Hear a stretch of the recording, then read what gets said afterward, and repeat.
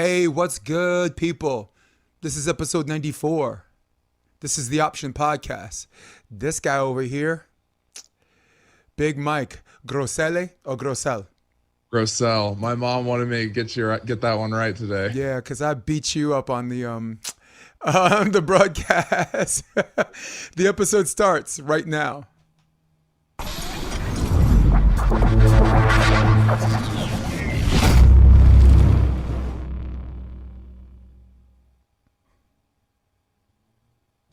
Mike Groselle, Big Mike. What's good, man? Oh man, life is good. Just I'm grinding away and can't complain. Yeah, I gotta tell you, it's been a good year for me so far too, man. With like New Orleans, I got a good bunch of matches. I'm gonna use as an audition tape for Manhattan Beach. I'm like, hey guys, for your consideration, blah blah blah. But I did beat up your name, so I kept calling you Groselle, and it's Groselle, right? Mike Groselle. Groselle. Yeah, this is why people call you Big Mike. We ain't got to go through all that, right? Big Mike's super easy, right? Yeah, right. I mean, Jason DeBille is there's still no easy way to say that. Oh, Jason. And then something. Actually, let's for the people listening at home, Mike Groselle is the super athlete that took up volleyball, and now he's. I thought this is one of your better years. I think you took a fifth. Did you take a fifth in New Orleans? Yeah, we got fifth. Yeah, man. That's like Nate's a good partner to have, right? So we're gonna get into the conversation about having partners where you don't have to deal with your partner. Well, you know what? Fuck it. Let's just start there. How much does having Nate as your partner? I sound like an interview now. How much is Nate having Nate as your partner good in regards to not having to deal with your partner? Well, there hasn't been any drama. There's no sort of consternation associated with who I'm playing with, right? It's like, oh, tournament pops up. Nate, we've been training for 2 years. We're going and playing. There's no and man, I mean, it's just like I'm sure a lot of guys in the back of their mind, that's something that drives them crazy. They're like, I don't even know who I'm going to run this event with. And they got to spend hours probably on Instagram and messaging, opening the Rolodex, trying to find a guy. Yeah. And isn't that, oh my goodness, that's like a big exhale. It's like, Nate, we're doing this again, right? Yeah, why? I'm like, oh. I thought that was one of Evan Corey's big things. I thought it was important for him to, because he's been like a hitman for hire like this entire winter and spring, right? It's every weekend you see his live stream. He's in the semis with somebody else, winning or losing, which I guess is a testament to that man's greatness, if not competitiveness. But Yeah. having, it's when you he's gonna level up, right? He's gonna level up, and he's gonna eventually make a draw, and he can't open the door and there's a tiger on the other end. He needs, and I think I like him and Logan Webber. You like him and Logan Webber? I like the two of them. Yeah, I'm a realist, right? And so it's a game of points. Points matter. And I think that's the only thing no one's talking about right now is I've got my spreadsheet. It goes all the way down to like, if you start with Phil and Nick, assuming they come back, which, whatever, you build that spreadsheet down. It's the difference between Logan being in Manhattan and not. And it's all going to hinge on how they do in Atlanta, whether he plays in the Manhattan qualifier or not. And so, what's Logan thinking? I don't know. I'm not direct friends with him, but it matters. Yeah, well, does Manhattan have a qualifier, or are they just doing the bids for the draw? That's the question. I'm assuming that it's going to be 32 teams like it's always been. Mm-hmm. I'm making some assumptions here. Let's do it. That's all I can do, right? So Bro 32 science, man. teams, 24 teams are going to be in. Whether it's going to be a blend of points and then teams that won bids. There's 5 or 6 teams that's won bids. There's only 2 that aren't already going to be in that 24. So that takes 2 spots away from guys with points. And for Logan, if you're listening, Logan, because he has 761 points, if he plays with Dylan Merrick, he's in. Because Dylan has 700 points. If he plays with Evan Corey, they're the 3 seed in the qualifier. It's that much of a difference if it's run like every Manhattan before. Yeah, look, nobody wants to go into the main draw beat to shit, right? Like you gotta And the it's a real reward you thing. get is to play Trevor and try. Like if you the first round, if you make it. Sorry, what were you gonna say? No, I mean it's like a real. I mean, I played qualifiers. I haven't qualified. And I played 3 matches out in Manhattan, and I'm dead. My legs are dead. Hmm. I wasn't in bad shape.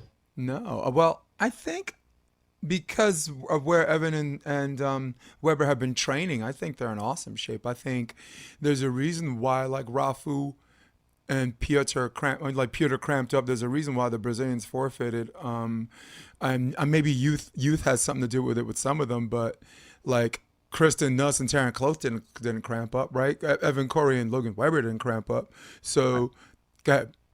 I think so. I think what really plays into that is what level they're at and what they're training for. So Evan and Logan all winter have been playing these single day 32 team double elimination tournaments in Ohio and stuff like that. They're ready, man. They played 6 matches in a day. They're ready. They've done it. No discredit to Piotr, right? He's training to play 2 to 3 matches in a day tops. Agreed. And he shouldn't. I mean, I don't. If as long as you're in the main draw, Piotr, I don't think you should. You shouldn't train to be in shape. You shouldn't be in shape to do 6. You know, it doesn't make sense. That's another level of conditioning. But he's. I mean, for me with Piotr, that was rare because I've never seen Piotr cramp in any tournament. I've never seen him cramp on those 2-day tournaments in Florida. I've never seen him cramp from when he had to qualify for the draw. I think was it Hermosa Beach with Zahn? No, did they already have points? They ended up playing Jeff Samuels and Rafi Polis. But I think the point I was trying to make was if your partners and the chemistry is so good, you have, like you said, you have a choice to make. Do you stay with him and you're so good it doesn't matter who you play, you're going to make the draw anyway. And if energy efficiency is the key, you might be all right the first couple of games in the draw. Like Ricardo. Right, Ricardo came to New York City with no points. Right, his first qualifier, made it to the semifinals. Right, Eric Baranek and Bill Kolinsky, qualifier, main draw semifinals. Chrissy Jones and Muno. I mean, Muno or Jones could have picked up someone that had a lot of points, whatever. Like Sarah Hughes. Sarah Hughes picked up someone with no points, had to qualify, but Jones could have played with Hughes and they could have been in the main draw, right?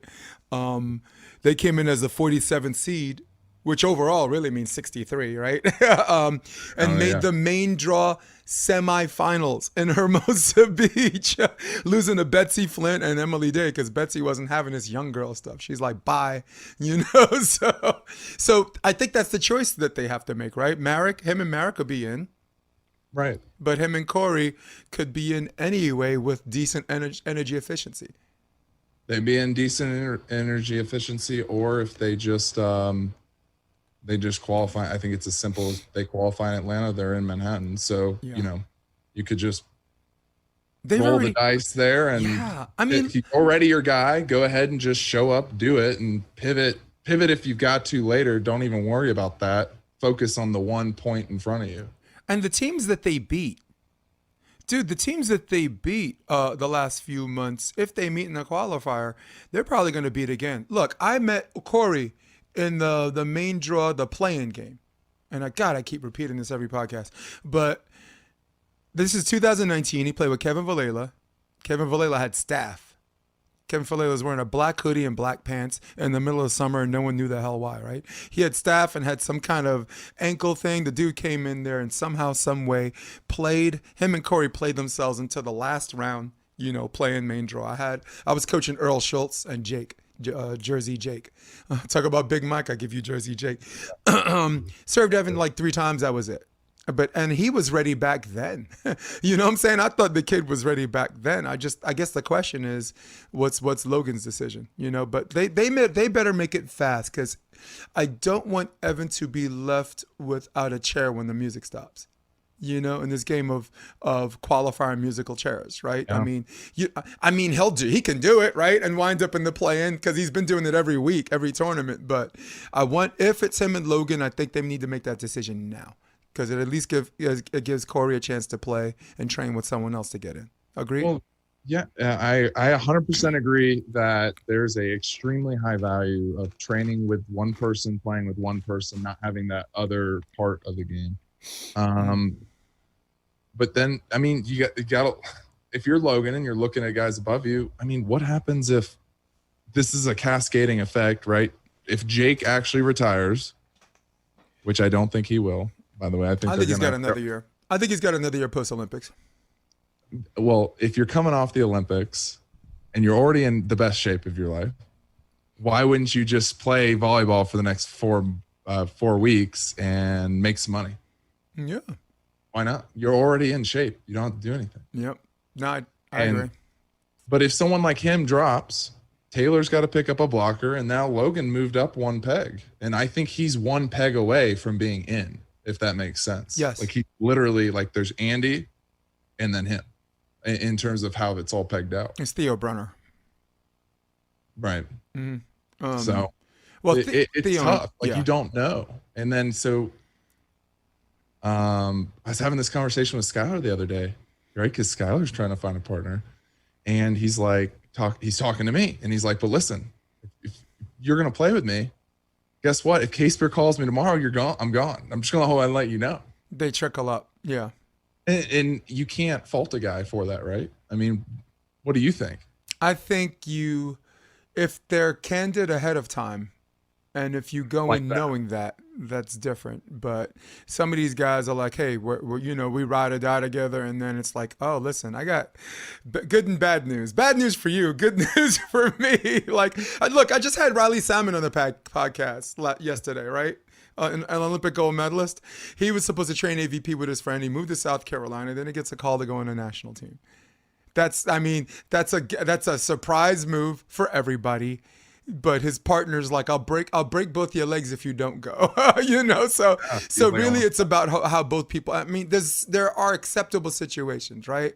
Like if he shouldn't dump you for, I don't know, he shouldn't dump you for Dentler, even though Dentler's a good player, right? I mean, even though Dentler just manhandled me last week, but anyway. That dude, he played really well. He made the semis the hard way, man. That was like everything was three sets.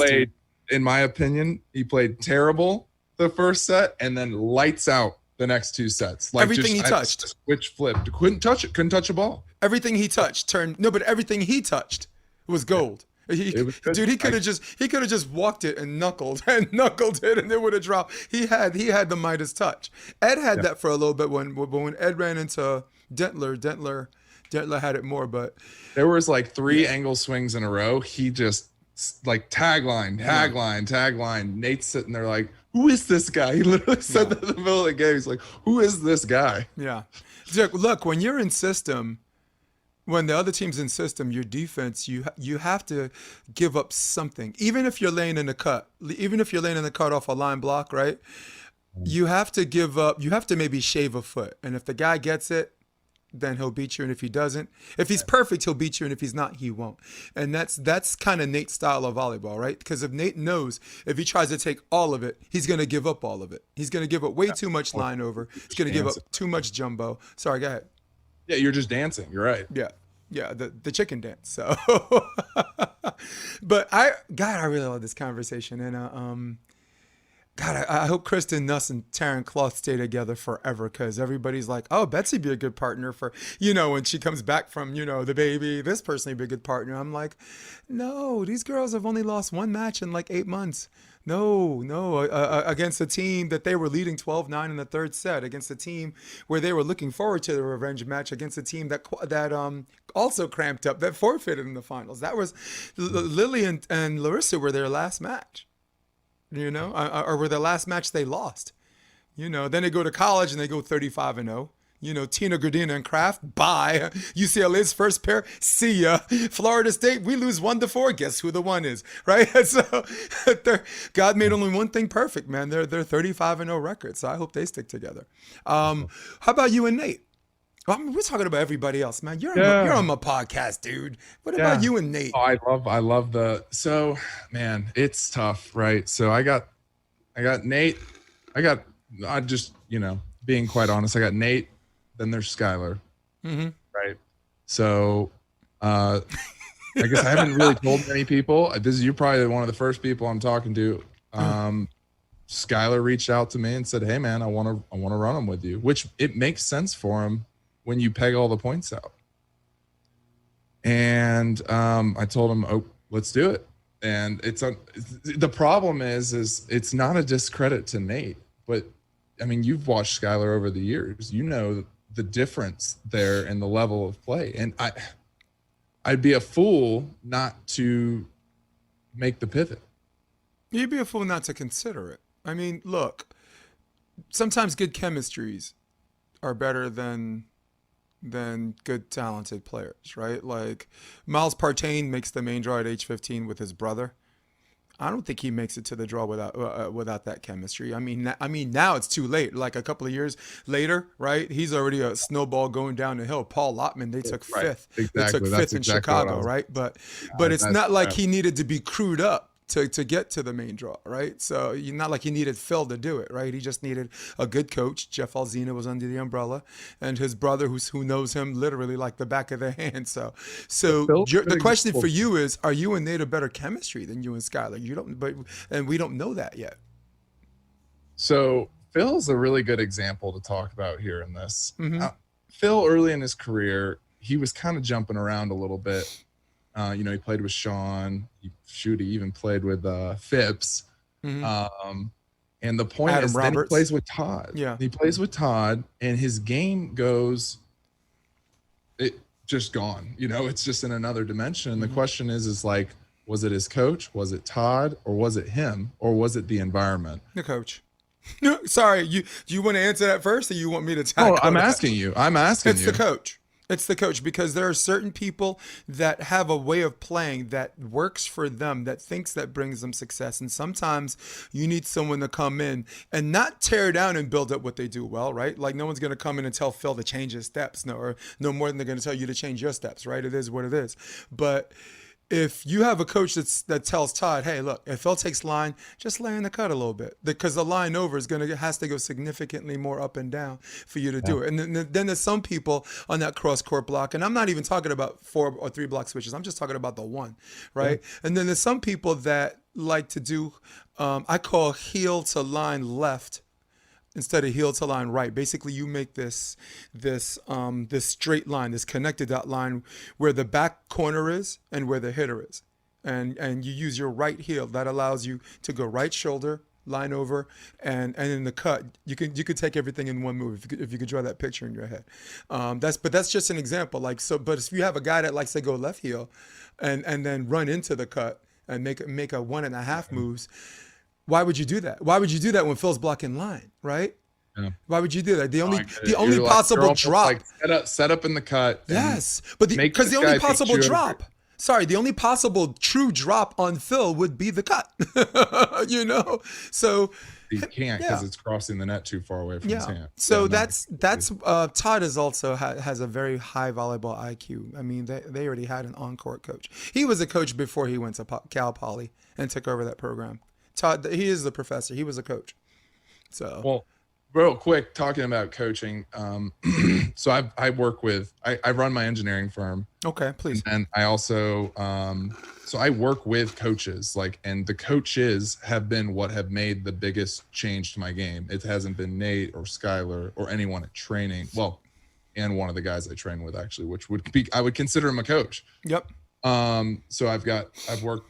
He's the ex Ohio State indoor women's volleyball coach. He's out here. He's helped me a ton. His name's Jeffrey Carlston. Jeffrey Carlston. Yes. Cool.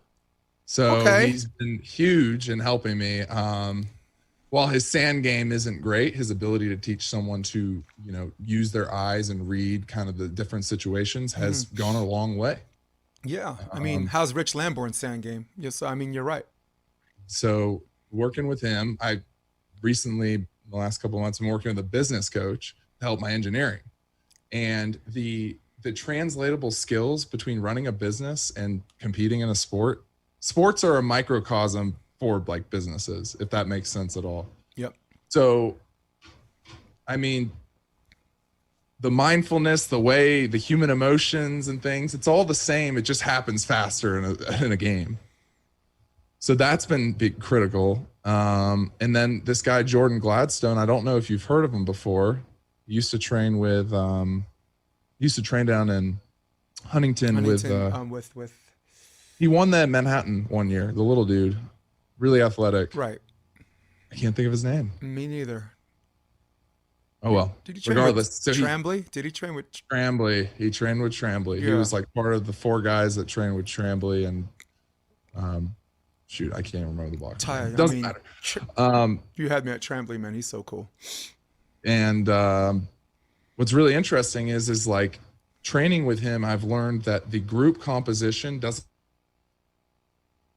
need to consist of the best players. It needs to consist of a solid mindset of group of guys that are there to learn how to get better at the thing. And so Jordan is like an expert at learning skills and creating drills that are very relatable to like getting good at something. I don't know how to explain it. Like learning how to learn is like a thing. Yeah, that's Division 1. Listen, that's Division 1 indoor volleyball for you. Yeah. Right. And so we have out here in Colorado, because USA Volleyball, like Cody Kessel and his dad, and that whole mindset way of thinking of the game, teach the game. So how can we create drills that are just like mock-up games and things, but like I kind of will isolate part of the game? That's all we do. There's no sit here on a box and dig a ball. You know, that to me, that it's like that's such a small piece of the whole puzzle of what's happening in a game. You're kind of repping out a situation that's not realistic enough. But I would suggest to you that neither one of those stand alone. I don't think you don't enjoy success with either one on its own. I mean, the drills that are not game drills are more about twitch reaction, muscle memory, getting used to how something's done. So like, it's almost like when you get up in the morning to brush your teeth, right? You don't think about brushing your teeth, you just do it. So those kind of drills that are not game based are super necessary for that. Like, and it's so weird because the people that only do game based drills, when you watch them actually pepper, they're terrible. But when you see them in a game, it's like, oh my God, they know what they're doing. But there are levels to that. When you look at the top 5 in like every category in every tier, be it qualifier, main draw, top main draw, those are the guys that don't do that do both. Like if you look at Qatar is all about the focus drills. They have a passing drill and they go in, because I do this with John Mayer too. I was John Mayer's assistant at LMU. For the women's beach team, who, by the way, is my coach of the year. So, I mean, Andrew Fuller, I love you, and everybody respects you, but that was in the bag. Sorry. But John would come into a drill, like, let's say it's a passing drill, and each person would pick a focus, right? Hold your platform, straight and simple, like straight platform, simple pass, and or one move to the ball, right? So a coach will physically see what your focus is, because they'll see you holding it at the end. You basically play volleyball around it. You set, you swing, or whatever. But at the end, the partners discuss what their focus is and the production of that. Like if it's a setting drill, right, shoulders to the pole. If it's a hitting drill, maybe elbow back, elbow forward, or timing on the approach, that first step. Right. Your personal favorite, I'm sure, right? Having a lefty approach, timing on the approach. I think I'm guessing right though. But those are things that we practice too, and that's just consistent with Division 1. Just go ahead. And I think there's just a time and a place, right? So if it's a week leading up to a qualifier, I would say you're doing 0 of that. No, pretty much. You could use it to warm up into practice, but it's such a small part of the equation at that point in time. No, if you're talking about back in January, I think I'm integrating, if I had a 2-hour practice, 25 to 50% would be slower, broken down fundamentals like you're talking about. Yes, as applies to, like you said, January, distant pass, right? No one's doing that. Right. No one's doing that fight week. Right. If there's a qualifier tomorrow, I'm not doing that today or even on Monday. Nope. And part of the reason is because I'm trying to be in a mind state of just, I only want to be thinking about winning points right now. I don't want to start thinking about these technicalities of the game that are in the moment going to completely derail your focus on winning points, because that's No. all that matters in those moments. No, because those are not in-game things. Those are pre-game things, and I totally 100% agree with you. It's not like nobody's gonna cut weight like the UFC. No one's gonna cut weight 2 weeks before the fight. They're gonna, you know what I'm saying? They've already got their training in. They've already done their camp, and then they're focused on another thing. And honestly, like you said, the only thing you should be doing during the week is just everything. Every drill you should do or everything thing you should do should be real time. Like serve receive, you don't want someone bowling, you want someone serving. You might even want someone like a Roman guy, like taking first hit or whatever, and this and that. I have a drill called Right. defend her. Basically, whoever gets a dig doesn't trans. They dig and they catch, and you set up. So one side is all offense, and the other side is just dig. The setter, squares up and does everything he can on his focus based drill, and then the hitter approaches catches. Because it's one of those things that has you thinking on transition on how you're going to defend. It's a simple drill. It's simple as freak, but it's so productive. Yeah.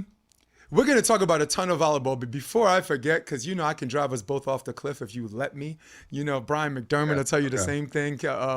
Dane Blanton will tell you, like, Jesus Christ, I love this guy. But you play basketball at Citadel. Is Citadel a military I academy? did. Yeah, that's actually my diploma right there. It is a military school, so I can give you the funny little story about even how I ended up there. Come on, this is the option, my man. So I was the district MVP at my Division 5A high school in Plano, Texas, which is part of Dallas. So it's a pretty big, and I was like all regional team or whatever too, which when you're in Dallas, making the all regional cut is actually a big deal because Dallas Fort Worth has, a ton of people. Well, I had 0 offers to go play Division I basketball. And I was a little insulted, a little shocked. So I had to actually go into the summer after my senior year and play more AAUs, which AAU is, I don't know how they do it in volleyball for youth, but it's like clubs playing against each other. Yeah, they're mini de facto recruiting showcases. Exactly. Yeah. And so I went and played a couple of those, and this guy comes up. His name's Ronnie Hamilton. I love him. He comes up to practice one day, and he's just like, "Hey, do you wanna come on a visit to the Citadel?" And I'm like laughing almost. I don't know what that is, but okay. Yeah, so I went up, go on a visit in like June out there, and practice with the guys. It was really funny because in June they're out of school, so everyone's wearing regular clothes. It looks like a military school, but no one's doing like military civvies. things. Everyone's in civvies. All right, exactly. That's actually the right. Yeah, you got that. And so I'm like, oh, this doesn't seem bad. I mean, it's a Division I and free, and they got civil engineering program. I wanted to be an engineer. So I was like, yeah, sign me up. Let's do it. I get there, for matriculation, because they're like, well, you got to go to do training. They didn't call it Hell Week. No one told me it was called Hell Week until I got there. I was coming to do training to like get accustomed with what you're supposed to do at the school. Well, I know I'm bald now, but I used to have like long blonde hair. It never grew back. They shaved it off that day that I got there. These dudes, these short people, all yelling and screaming at me. And I'm just like, what is going on? And you're like, what the fuck? Sorry. But I made some of the best friends and had some of the best opportunities out of there. I mean, we, had to wear a uniform for 4 years, march around, go to breakfast, lunch formation. Through knob year, it's not really hazing, but it's aggressive. There's another, look, in the civilian world, it's hazing. In the military world, it's something else, right? Well, no one's like hurting you, right? They're just making you feel like poop. No, just no. Right. Look, everyone, honestly, I think in the past, I used to think every male member of any family should serve in the military for at least 2 years. Like, well, in my family, it's a tradition. I'm a Gulf War vet. All right. I served. Actually, I'll show you the my honorable discharge. It's right here, right there on the wall. That's me right there. Department of the Army. Those Nice. are all the awards I got Thank you for your for Desert service. Storm, for you know shooting the. I'm an expert on the M16, the Beretta, the grenades, and all that. Throwing grenades. I'm an expert at throwing grenades. Get that? Let that one sink in your heads. But no, but I think there's the discipline of having to play well with others, cooperate, Yes. understand an authority figure, understand the consequences. Just there's some people out here, man. I see this kid cursing out his mom, and I'm like, man, my mother would drop kick me if I talked to her like that. Yeah. But I changed my mind. It isn't really for everybody. And before I was like, I think everyone should do it, but I'm like, no, everyone doesn't really need to. Go ahead, you're gonna say something. Well, no, it's tough, right? Like you say, it isn't for everyone, but I kind of think it is for everyone. Or I think like for me, I was already pretty structured. I think it helped take me to the next level. Like coming out of high school, I wasn't like this. I wasn't drinking, I wasn't smoking weed or anything like that. But I really felt like like you understand how you learn how to work with other people, like team building. Some people don't, if they don't play sports and then they just go to college, they may never be on a team until they get their first job. And it's like a shocker. It's like, oh, I gotta like word this a certain way so I don't piss this guy off. It's like, yeah, you do.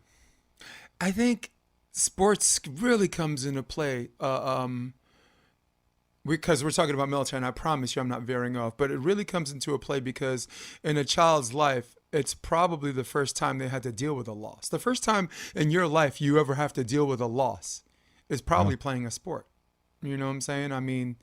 Look, they're unique situations. I lost my uncle. My uncle got shot by the police when I was 7. That's a different kind of loss. And as you aforementioned, there are levels to this. And you, for speaking for you, if you don't speak for yourself, thank God you already had some kind of structure coming in that gave you a leg up.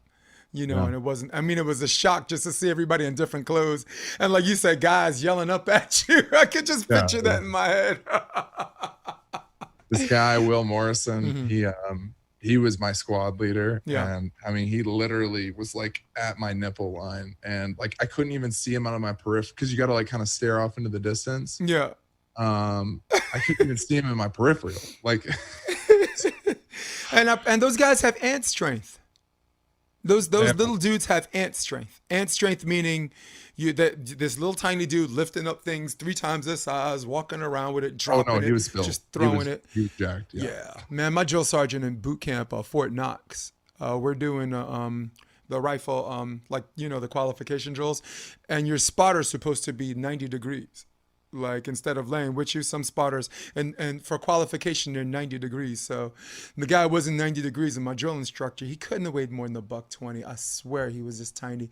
He takes one hand, his left, grabs the back of the guy's belt, lifts him up off the ground.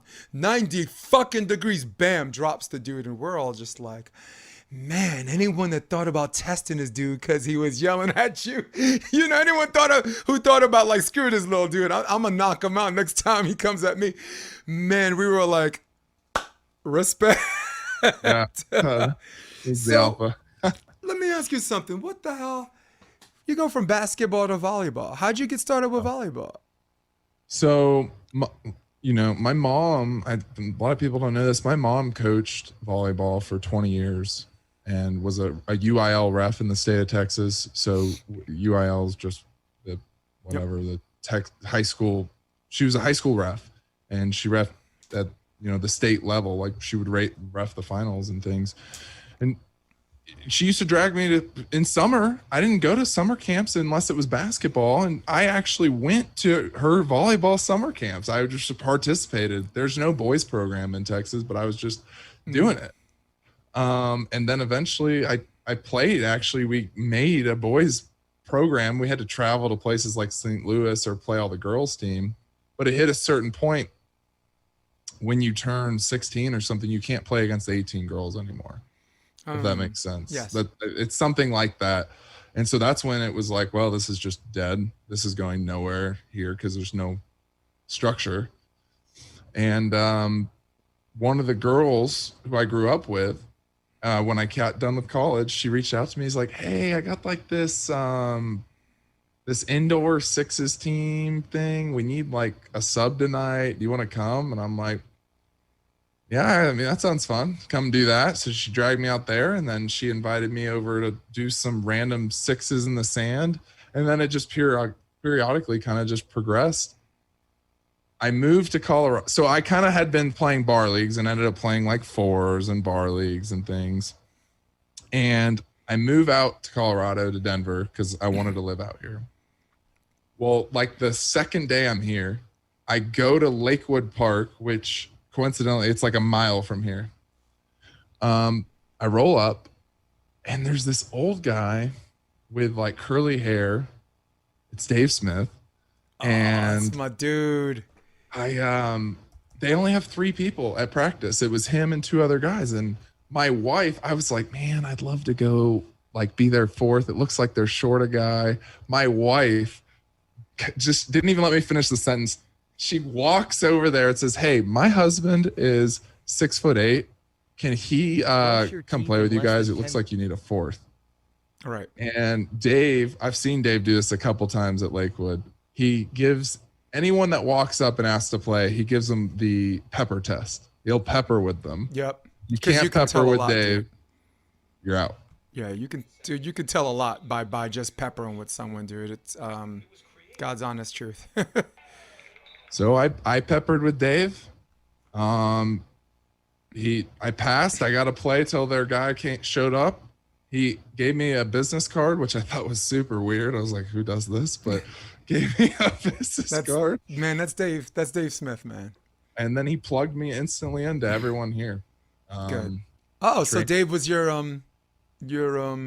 what I would call, with us theater people would call, inciting incident. Meeting Dave, they just put everything into play. No formalization for that point. I had played for like a year and a half. I had been like playing. What year was that? That was 2017. Right. 2017 or 2018. Yeah. Well, 2018, you guys played in San Francisco in the qualifier. I feel like I met him a year before and then played then. Actually, let me put that up. I got highlights of you guys playing together. Oh man, this game, I remember this is not a good loss. I didn't even know you lost. They have them up on separate sets, so I'm guessing this is the set you guys they finish out the 3rd set. Oh, good. See, I got my highlight, and I'm gonna quit while I'm ahead. There we go. We're back. Monster block. I hear the song. Dun, dun, dun, dun. So Dave, like, I mean, he was just like, "Yeah, Mike's the real deal," and he just picked me up and ran with me, and he dragged me out to California. We trained with a bunch of people. We didn't win. We didn't get in any events. I felt really bad. We won. We won this tournament in San Diego. We went down to an AVP Next. Like, we had a lot of early success. So we won this tournament in San Diego. We beat Jake Rosner and lefty pain in the ass. Yeah. And he played with Jorge Martinez. Yes. And we beat, which by the way, we played them in the winners bracket. They beat the literal crap out of us. Mm-hmm. We get to the finals and I can't even remember the game. I don't even know how we won. It's one of those things that, like, it was an act of God. Dave made a billion digs and I blocked Jorge's every single little low line he tried to chisel, not knowing that that's what he was trying to do at the time. Listen, being unassuming is the most liberating volleyball feeling in the world. And then we go to Texas. Mm-hmm. Then we go to Dallas the next weekend to play this big AVP Next. That's when, like, they started changing the money structure of what an AVP Next was. So lots of guys were coming there. And like, we played Cole Fears and Christian Honer. We beat the crap out of them. I didn't even know who they were at the time. And that was the year Cole qualified with Andy. I didn't even know who this guy was. Yeah. He qualified with Hagen Smith too. So, I mean, he's sorry, go ahead. Legit. But like, and we beat some other dudes that were like decently legit. We ended up getting a third at that tournament and there were a lot of teams. Dude, that is such a cool story because first of all, Jake Rosner he is someone I call a pain in the ass. I played in one tournament. I played in the Manhattan Beach Open. I was 47 years old. I was coaching Kevin McCulloch and Rafa Rodriguez, who made the draw and then had to win 5 contenders bracket matches after they lost to Loomis or whoever. But I played TK and Jake Rosner, and I managed to put up 16 points against him the second set. Mind you, I'm 47 years old, right? Yeah. So then 3 years later, I'm coaching Earl Schultz and Jake and Jersey Jake, right? We make the draw. We get housed by the McKibbins, or should I say Jake did, but I'll tell that story later. And then in the contenders bracket, I'm like, we win the first set and then we lose 21-16. And between the second and third set, I tell my guys, I'm like, dude, I put 16 points. I'm 47 and I put up 16 points against this dude, you know? And I said, look, he's not going to hit the tape. Just stay deep on serve receive. He goes high and his stuff arcs at the end. We get back from the timeout. His first serve hits the tape and goes over. And I said, you're fucking killing me, Jake. And then both Jakes, because there was Jake Oridia and Jake Oridia, they're both, sorry, coach. And I'm like, him, not you, him. You know, I got a little upset and the referee was just like, and I'm just like, I'm all right, I'm good, you know, but because that's how I am as a coach. This is why I only coach a handful of people. People who have the personality to put up with me. I'm old school, dude. I'm old school. I'm ex-military. I have a certain way of doing it, which by the way works. So, but that's such a cool matchup though. Jorge Martinez and Jake, that must have been fun, dude. You know, for anyone that doesn't know Jorge could get wound up, man. You know, he wasn't happy about it. No, but he gets fired. Yo, sometimes me and Riley Salmon, we were on a podcast yesterday, and he almost got kicked off the team by like talking shit and getting fired up against certain Italian players. And Hugh McCutcheon said, "You're off the team if you do that again," because the players he was talking smack to was like giving Popeye spinach. You know, sometimes you just got to let a sleeping tiger lie, right? Sometimes I 100% agree. Yeah, I played enough sixes and outdoor to know that those fiery personalities, if you just shut up and if they're losing, at some point the team's going to turn on each other. You don't need to unite them. You don't need them to have they're so caught up in how much they're just messing everything up. If you give them something else to focus on that's externally away from the actual problem at hand, you're helping them. Yes. And remember this conversation I just had with you about partners where you don't have to deal with your partner? As much as I respect Jorge Martinez, that's a guy where you got to deal with your partner. Okay? Sorry.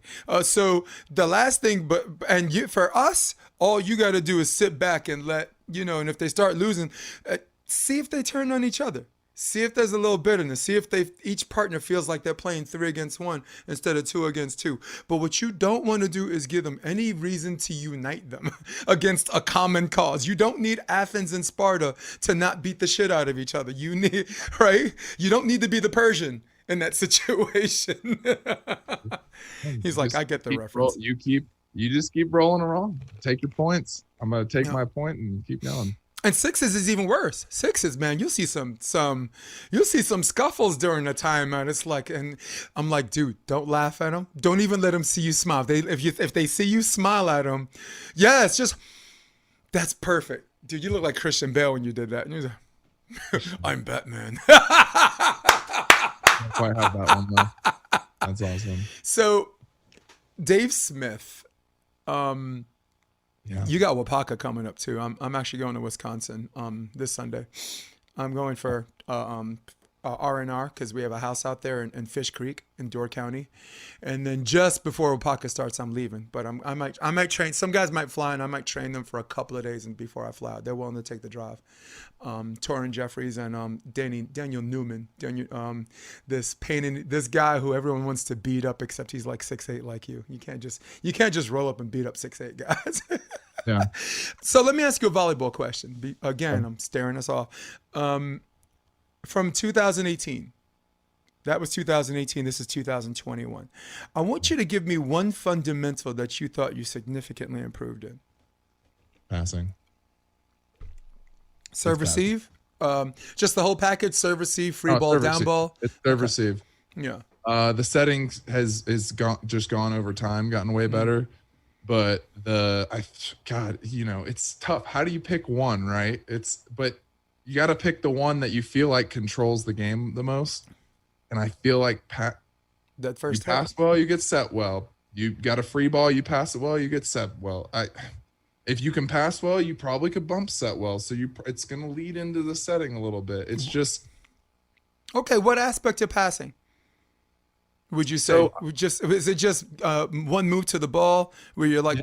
close to a midline? If midline is your thing, So or if it's I'm not not a your midline thing, passer. I'm here right? and here. Well, so it's Karch. I mean, so I there you have can't. it. Well, because it's basketball, right? So, and I put this together last week. Actually, this thought was basketball. The game is played out here and here, right? And nothing. I'm not trained to catch stuff in here, No.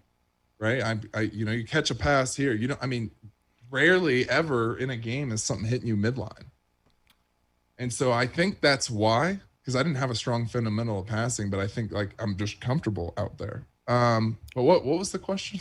Sorry. No, I asked you from 2018 to Oh, 2021. You said first hit. You said serve receive, and yeah. for me, in regards to just more a better straight and simple, a better one move to the ball. Maybe you're just watching Yeah. toss contact better. It's just watch contact point. Yeah. And Geoff Carlson helped me a ton with that. That's what we changed this year, and that's why it changed my game completely. It's better to have an indoor coach teach you that, and I'll tell you why. Because the serve to space in indoor volleyball is significantly faster than outdoor. You got guys. If you ever played KJ, Chris Johnson, who was Chris Austin's old partner, Played him he had a once, yeah. jump serve. When he's on, he has a serve that will shake the. You don't see that serve in beach volleyball. And No, man, it's you better hefty. have. I mean, for a midline passer, you better be quasi midline, and if you're not, you better be like, you better have a whole step in where you're like facing your platform. You better not be doing this because that thing will just fly right by you. All right, cool, man. So, all right, so it was 2018. This is 2021. Give me one fundamental that you would like to see a little bit more significant improvement on. Man, a fundamental or a part of the game. Well, when I say fundamental, I mean pass, blocking, hitting, digging, serving, setting. There's a sixth one. Passing, digging, setting, serving, hitting, blocking. Yeah. That's six. Man, He's like, for dude, I just gotta give me, you one. it's not like no. It's actually kind of like I kind of want to work back into it. Maybe we can come up with an answer. What I want to do is learn better, different ways of manipulating the game with the serve and tying that into the defense. So it would either be serving or blocking. It would be those two because those are the two things that I'm manipulating the most in a game. And I cite that because we played your boy not Vaughn, Dentler and Ferrari, who played them. And I felt like we didn't manipulate what the hell they were doing over there at all. And so I'm between blocking and serving and tying that all together and finding more of a purpose there because I don't. That's kind of where I kind of got at a loss at afterwards. It's also the two fastest ways to score a point. I mean, like for indoor volleyball, like because it's more of a power game, the serve and the Yeah. block are the two fastest ways to score a point. Well, I'm not even speaking about getting an ace or a block specifically. No, just I'm make just their talking life about miserable. funneling this, making them do stuff, then just terminally doing an ace or a block. No, you're talking about setting up the long game. Like you're talking Yeah. about, I call it constant pressure. I've been teaching Yes. my juniors. I was at Endless Summer for 5 years, and I'm like, we're not. When I tell you to serve here, it's not about fast results because you might serve that spot twice and they might pass a dime twice, but it's about constantly going there because there's a level of uncomfortability that even when they pass well, for them to get there. Makes them labor. So sooner or later, what ball's going to go up? Sooner or later, maybe you get an ace, but the ace is not the intention. It's the net result. So yeah, long game. Make their life a living hell. Don't. I mean, yeah, but I think I feel the same way about that match. Yeah, and because I looked at it, and while it the second set, we just didn't set out anywhere near a level to win the second set. But in the third set, you go back and you look at it, and you're like, okay, we didn't get one reel. I don't care how good you siding out, you ain't get one reel, you ain't win the game. No. And yeah. And that somebody asked me, what's the biggest difference between high level open for indoor and mid level? And I told them it was the middles. For the beach, it's the serve. It's the serve. Like, because at your level, everybody has hands, everybody can hit, everybody can block. You can enlist a cave troll at the net and teach them how to block. You're gonna have we have almost an oversaturation of scrappy backrow defenders, but at the end of the day, when you see Taylor and Jake, when you see anyone whose last name is, I guess, Crab, right? Phil, the serve and the constant pressure of the serve usually sets all those things up, and this is why there are some people who qualify, go to the qualifier like scores of times and never make the draw. And there are some times where like people who get into the draw can't take the next level. And it all comes down to, it's so weird, it all comes down to serve. Serve is the single most important thing. Even, depending on who you're playing, like if you're playing Martinez, I would just serve a lollipop. Because if they insist on setting tight, where you don't even have to make a call, you just go after the ball, right? Maybe there's some serves you just tap. Well, I'll give you a difference. Right, we played Chris and Earl the game before, and Chris was pretty gassed, to be honest, just from that game. I know he's a better player than he played against us, so giving him some credit here, but he was not getting up at all. And so when you've got a blocker like myself, and then you've got an attacker that can't elevate, you can take away half his game just by standing ball and just putting your hands over, right? But that doesn't work at the high level, right? When he's fresh, that doesn't work. And agreed. So yeah. Anyway, do you felt like your hands sorry, you're finishing a thought. I ain't no. What were you asking? Man. I mean, look, these people get to hear me talk every week, man. We got to get you in. Well, I was just saying, I think that's why, some teams just can't make it past a certain point in the qualifier if they don't have a level of physicality and they come up against a disciplined block. They can just be put in a box instantly. That whole strategy thing that we're talking about goes out the window. Yeah, I mean, that is the strategy.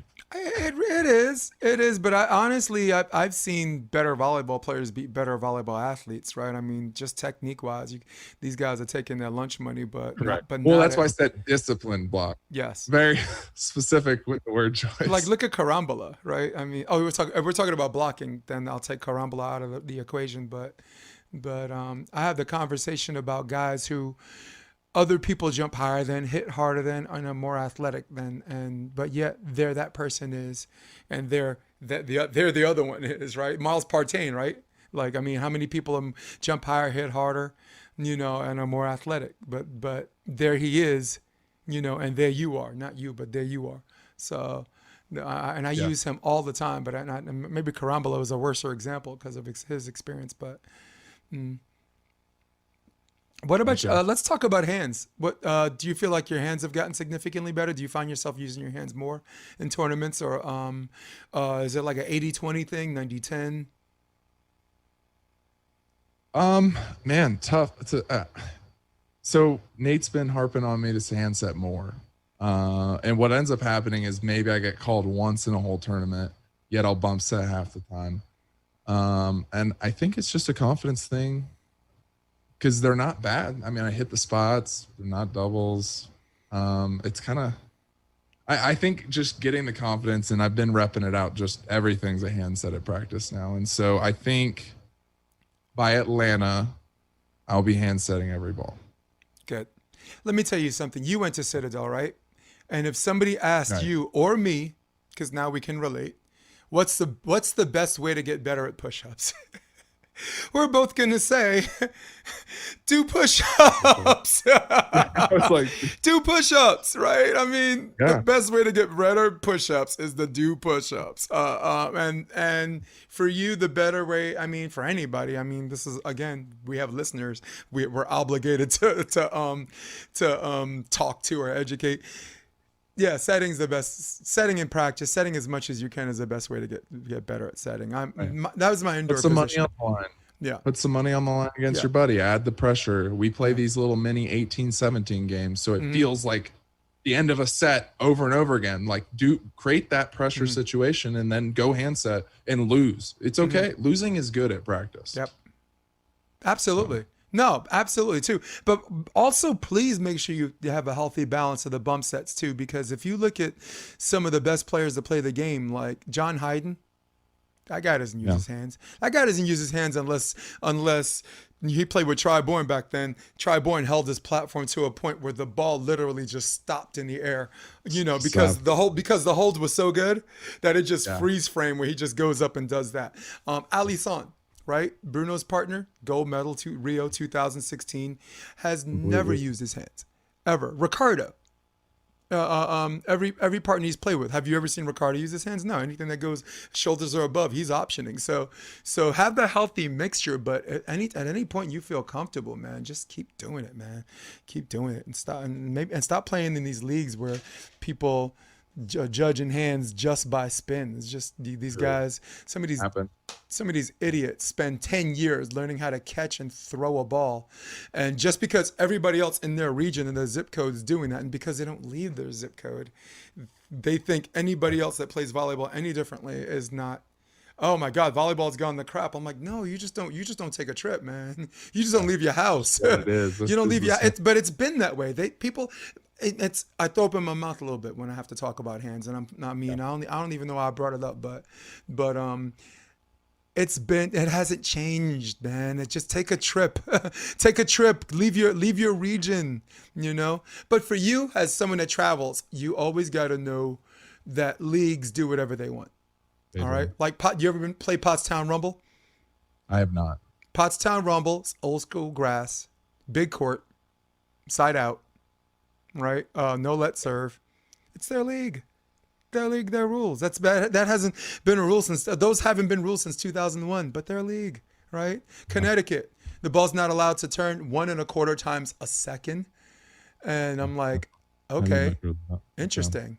They're like, okay, we changed the rule. It's not allowed to turn one whole time, regardless of time. So I'm like, so if I set a quick set, if I'm playing with Big Mike and I set him a 1, and if he hits the ball out of my hands before it rotates the whole time, that's not a double. So I mean, so you just got to make sure, just like with partners, we were talking about partners, there has to be a candid conversation before you hit that region, or at least in a team meeting before the tournament starts, where where you become versatile enough and over prepared to play by their rules in that tournament. Yep. Yeah. Whatever they want. Yeah. You're there to serve. Yeah. So. Did you know serve receive? Did you know it's not illegal to receive a serve with your hands? It's No, not. I do know that. Yeah. Actually, one of my buddies put a pretty good video out. His Yep. name's Dane LeBlanc around here, and it's about that. You can technically Ooh, do. boy, did they come at him. I mean, but I mean, what can they say to a guy that's telling the truth, Yeah. right? Yeah. But however, CBVA, they put in their rules in their league. We don't want to have this argument of whether he doubled or whether it's clean or this. We just got rid of the rule altogether. You cannot receive serves. So CBVA in California, they got rid of that rule. The redirect rule, they finally got on board, blah, blah, blah. So what's up next for you? Is it What's up next for Wapaka? me? I'm playing Wapaka with Jordan Gladstone, guy who I mentioned earlier, Oh, who I've been coaching with, who's been helping coach me up. He's actually really good at the game. where does he live? He lives here in Okay. Colorado as well. Okay. If you live here, you got a much higher chance for me playing with you than if you don't. The training with someone, it matters. It goes a really long way. No, I so consider got experience. that with experience. him. Mhm. Up in the air on Atlantic City. I don't know if it's really worth it to make that trip. I'm going. I'm not saying it's not going to be a fun tournament, but I'll either run it with Skylar or I won't run it. It's what it. So Skylar would be worth the trip. That's what you're saying. Uh, yeah, There you go. it would. It would be worth the trip to run it with Skylar. Long story. Nate and I kind of had a little falling out this last week. Not to be, it's not a thing to air out, but Skylar, like I said, mentioned he's approached me and said, if I'm not getting pulled up by these other guys, it doesn't make sense for me to play with anyone else. So to me, if that's going to be my path moving forward, I'm going to play every single tournament with him, or I'm not going to play the tournament. There's no point in going and playing stuff with someone else. Look, it's. I mean, I'd like to say this is business, but and that's a general common denominator way of saying it. But no, you as you continue to evolve with as a player, as an individual, you look for the right chemistry. And Scala del Sol, it's we keep saying it like yeah because it's Scala del Sol. The guy He's a is considerably misunderstood human. His perception is not in line with reality of no. who he actually is. If you actually know the guy, I've talked to him. I've talked to him, and I've seen him and John Mesco play enough to know, to see, how he is with certain partners. I've seen him play with Ratledge. I've seen him play with other people. I think that'd be an awesome match. I would love to see you in Atlantic City, dude. I'm going. I'm trying to we'll finalize see my if I'm make trying it to happen. finalize my contract to do the same the center court or court one. So I'd love to hear that. Yeah. Well, I talk about deserve it. Talk about someone who's evolved. I mean, I don't mean to talk about me all the time, but talk about someone who had to move to California, had to pay dues all over again, and I'm doing that. I had such great feedback from New Orleans. Nobody cared that I didn't pronounce your name right. I'm like, My I cared. mom. She's all over me. Look, I pissed off a whole country. I kept calling Liliane Talita. You What is know, it? Wait, what? Larissa. Her that's her wife that she played with. It wasn't Talita. It was Liliane. Gotcha. And the United States of America, that my phone blew up like I was one of the crabs. I'm like the feedback I got. In fact, the AVP called and said I did a great job, and they said just give a little bit more love to people other than the home crowd because they thought I was giving like Corey and whatever too much love, and I'm like. I did mention Dentler won the Pottstown Rumble. I did mention Dentler, played a George Mason, but maybe they're right. Maybe, just take. I have to be able to take criticism. I'm also a former actor too, so taking, how you talk about how your occupation translates to volleyball. Try Yeah. being a theater performer. It qualifies me to be a commentator. They're like, Yeah. "What's your background?" And I'm like, "My BFA's in acting. I could be anything I want to be." Love that. So I got such good feedback. They asked me if I want to go to Atlantic City, and you fucking kidding? I'd love to sit here. I'd love to just we'll get a steak together. We'll go out and kill a cow to make it if we have to, and have a conversation. More dialogue, and as far as what you want from the sport or where you think the sport's going, your opinion matters. And you have a great following too. That might surprise you. There's a lot of people out there like, who is that guy? The guy who jumps like Phil. Yeah. Yeah. It's just to give a little insight. It's years of dedicated effort that's just now showing results and will Fruition. be. Yeah. It's not, 100%. it's it's really Just to share a little say bit. it. I don't know how to explain to you how much effort I've put in. I'm not trying to like put myself above anyone else, but essentially since October, I've been running groups 6 to 8 a.m., 3 to 5 days a week, consistently with very high intention that's coupled with a pretty strict like dieting regimen combined with like a very intentional workout program that's just now all coming together. And I'm excited for this season. Look, at least doing it the way you're doing it, there's no regret. No, All right. I'll put it all out there. I'll fall on my face completely. But you do not. I'll say it again, at least with the way you're doing it. And this is not for you because there are people that listen. So I need to say it again for them listening. At least the way you're doing it, there's no regret. there are so many people that be like, I wish I worked out more. I wish I didn't come into this tournament heavy. I wish I had my shit together with how, like setting my partner and all these things. Yeah. You have spent a lot of time covering your bases, and I think between this year and next year, it's man, it's gonna be a fun year for you, dude. It's gonna be a fun, dude. It's gonna be a fun year for you. You're gonna have something I call serious fun. All right. You know what I'm saying? It's a business and you're serious and you want, and the net result is you want to win. But as for me, from the neck up, the only advice I could give you, never let your goals and the net result be the same thing. Your goal is to do what you were training to do. The net result is you win. Don't go into these matches with the intention to win, because you're not going to win. It's very much like theater. If I'm on a stage, I'm not going out there with the intention to be good. Because if I do that, I'll never be good. My intention, I have an action objective. I got a scene I got to do. I got to give and take with my partner. And that's where my craft translates to volleyball with a heightened level of success. And that's my advice to you. That's really good advice, because that's the biggest change that I've made that's been helping me run better in tournaments. Is it's not about winning this game. It's about what are we doing right now for this point. You won't even know. Some of the games you won't even know it hit 21. You're back there ready to serve, and and Skylar's like, hey, come on, let's go. Oh, cool. Yeah. And I've translated that as a former player and as an active coach. My high school team, I coached in New York. I coached NCAA, but I coached one high school team. When we won the championship, I didn't even know it was match point. we were playing this game called the 5 game. Every 5 points, we had to win 3-2 or better. So the first set, we won every single one 3-2, and the math was right on the board. We won 25-17. It was 24-16, and we split the difference on the last 2. But then the second game, 5-0, 4-1, 5-0. And I'm just like, the whole time I'm not looking at the score. I'm just like, reset. And then they hit a jump serve, hits the tape, goes over. And I'm like, oh, that's a good point. Except on that play, everyone starts running on the court. And security's trying to make sure the crowd doesn't rush the court. And then I just do one of these things. And I involuntarily fall to my knees. And it's on camera. And I'm like, did this?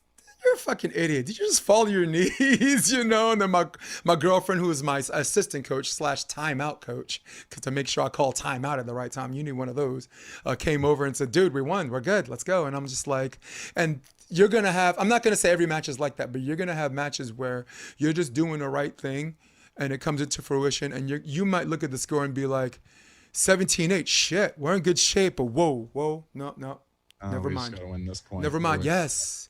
Yeah, damn, we get it. And I know we're having a conversation that we already know, but again, this is a podcast. We gotta, you know what I'm saying? The colors are not about what we feel. The colors are about what the people are listening to, right? I love calling your semifinals, but the in this cold world, the only thing that anyone cares about is what the camera saw. You could have had a great game against Dentler or whatever, and if they didn't film it, no one cares. I don't mean to sound cold, dude, but no one cares. I'm just glad that the camera cares. The camera was there, and now people care. So there's that mixture. So Wapaka, Atlantic City. I know you got to go. I know you got somewhere to go, and you squeeze this in. So got 4 minutes. 4 minutes. Good. I'm so glad I asked, man. Right. Damn, you're polite, man. I gotta ask these things. You're good. We gotta do this again at some point, because this wasn't even like subject matter wise. Like there were some things I wanted to delve into, but we're talking about like process and preparation, dude. This is an important conversation, and I'm looking forward to the feedback. I'm looking forward to certain people saying what they got to say about this and that. And I guess that's it. Is there anything you want? Is there a particular site or like an Instagram handle? Somebody wants to know more about Big Mike Groselle. Yeah, I have an Instagram handle. I should know what it is. I'm looking it up real quick. What is it? It's Big Mike Volleyball. So just at Big Mike Volleyball, and you go there. I've got a website. I've got a podcast that I just put some content out on. You follow me there. Cool, man. Ladies and gentlemen, Big Mike might love you, but I don't love you. In fact, I can't stand you. In fact, we're out of here, okay? For all of you at home, for all of you on your iPad or iPhone at Starbucks, for all of you on your Droid, for all of you on your desktop, who runs the world? Old school, old school. For Big Mike Groselle, this is episode 94. I'm Jason DeBias. I'm going to hit my music. Stay with me. We're out. Come check out the Option Podcast on optionvb.com. It's also available on iTunes and Spotify and on YouTube under the NY Varsity Sports handle. You're going to love what you hear.